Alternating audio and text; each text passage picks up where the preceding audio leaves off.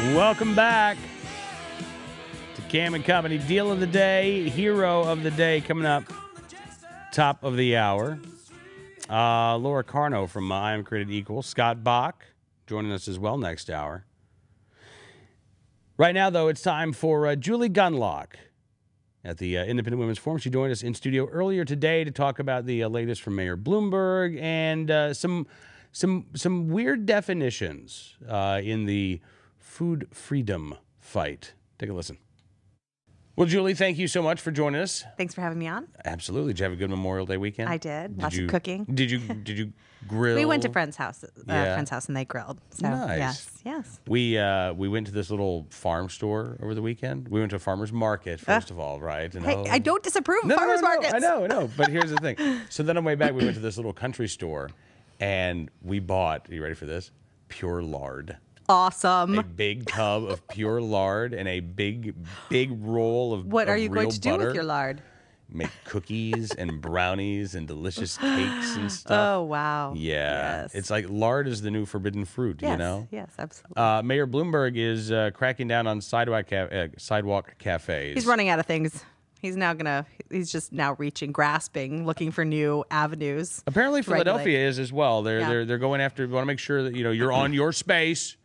And you don't go into the public space because we have to make sure that the sidewalks are... Because eating is so dangerous.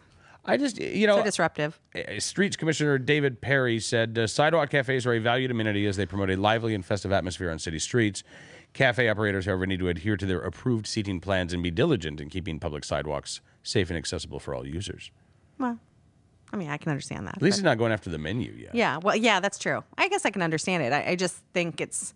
Again, it's just one of these things where, isn't there other important things you should be doing? Then haven't you meddled enough in the restaurant and food industries? At least he's sticking to New York City this time. It's not gun control, and it's not, nationwide. So if this is actually what mayors are supposed to do. We're in a very good mood. We're looking for the bright side of things today. I know. Well, we had a few days off. We were able to spend time with family. It's not as grumpy Mayor as he usually is. Oh, he's not that bad. He's just a misunderstood little man. Right. Not really, no. Right. All right, how about this? You sent me this story over the weekend by Kevin Barrett, who was the 2008 Libertarian candidate for Congress in, I believe, the 3rd Congressional District of Wisconsin. I think he's a little bit confused about what it is to be a libertarian, but that's fine. Just a little bit, yeah. So there's this case of a guy named Vernon Hirschberger, who was selling raw milk. Right, and other raw products. Right, and he got arrested, right, and charged.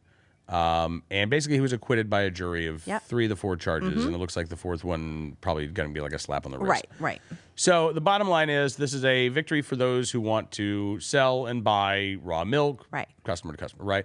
And you're okay with that? Absolutely. I'm okay with that. Absolutely. Because that's food freedom. Yeah, look, there is a train of thought out there that people believe that raw milk is very dangerous because it's not pasteurized, and there's all these little things floating around in it that can harm you. But look, that's a risk if you choose to take it. Most people who drink raw milk are highly educated on this stuff. Jumping in this exactly. country. I mean, come on. Look at how people drive around here. Okay, seriously. Raw milk is not the most dangerous thing you're going to come across.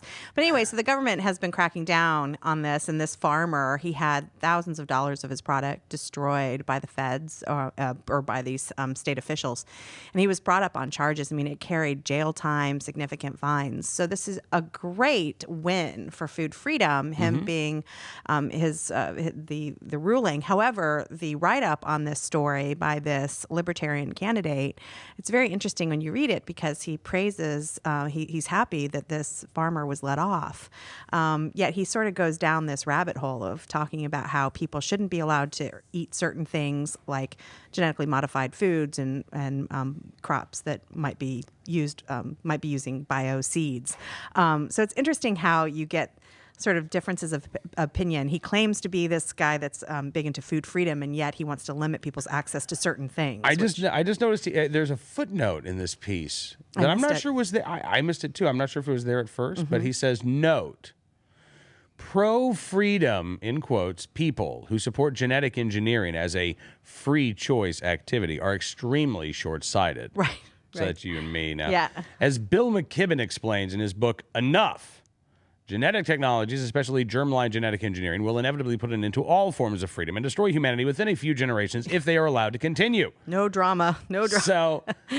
So because Bill McKibben says so, Right, yeah. Look, and we can argue back and forth and we can have our opinions, but we can have our opinions. That's the thing. That's freedom. Yeah, but and look, the people who are against genetically modified food do claim that it is harmful. There is not one bit of evidence out there to date that it is harmful, and there are tons of studies. I mean, this is genetically modified food. Genetically modified organisms are highly studied and monitored, and there is not to date any evidence that these products, look, everything in your food, I mean, 90-something% of soybeans and corn are genetically modified, and they go into most processed foods. I mean, people have been eating this stuff for decades, and there's no harm. I understand that people are afraid of science and they're afraid of new technology, but when you claim to be a food freedom person and yet suggest that people are promoting harmful products in the marketplace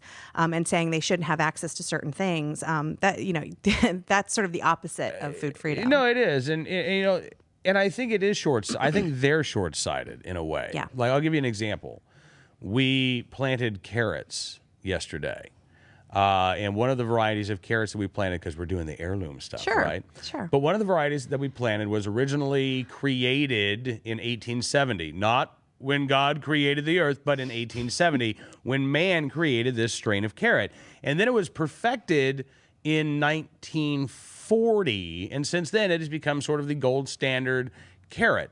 It is an heirloom because it hasn't really been messed with since 1940, but it was genetically modified to create this carrot in 1940. Right. Now, how we're doing it may have changed. But we've been modifying our crops. We've been modifying the food that we eat for thousands and thousands of years. It's, the phrase genetic engineering or genetic modified organisms, this is a value neutral term. Yeah. Obviously you could engineer things that could be harmful. Obviously you can engineer things that can be beneficial. Yeah. I'm not opposed to increased labeling standards or things like that. But then it becomes a matter of getting people to pay attention. Ultimately, what we're talking about is asking people to pay more attention to food, and you know what? Not everybody. Yeah, it's important to realize that a lot of people say, "Oh, I don't object to labeling," but understand that labeling is another word for putting them out of business, putting a lot of manufacturers out of business with all of these really, really onerous regulations. I mean, if you do not want to eat genetically modified food, there is already a label you can look for, and it is 100% organic.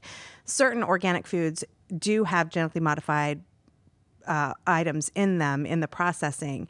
But if you find 100% organic, it is required that those items not have any genetically modified food. So when people say that we need to label this stuff, these people know the label already exists. 100% organic means it cannot have GMOs in it. So I think a lot of people think that labeling is, it's just labeling, but that would create an incredible, for small producers also, people on farms who are producing small, they sell small things. This would be very difficult for them to label certain things, and also shop owners could be penalized if they have things in their stores that the manufacturer hasn't labeled correctly.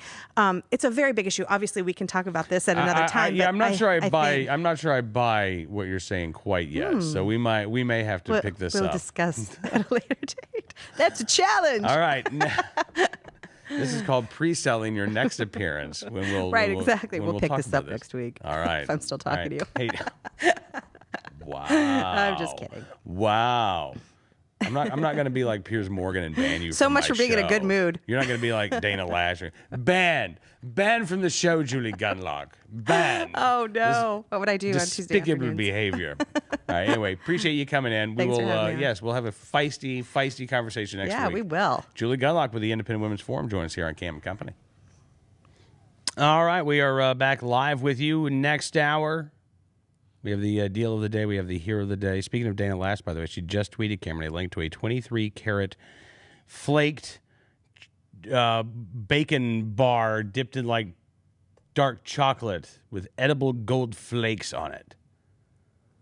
I hope one day I am wealthy enough that I could eat gold as opposed to, like picking the flakes off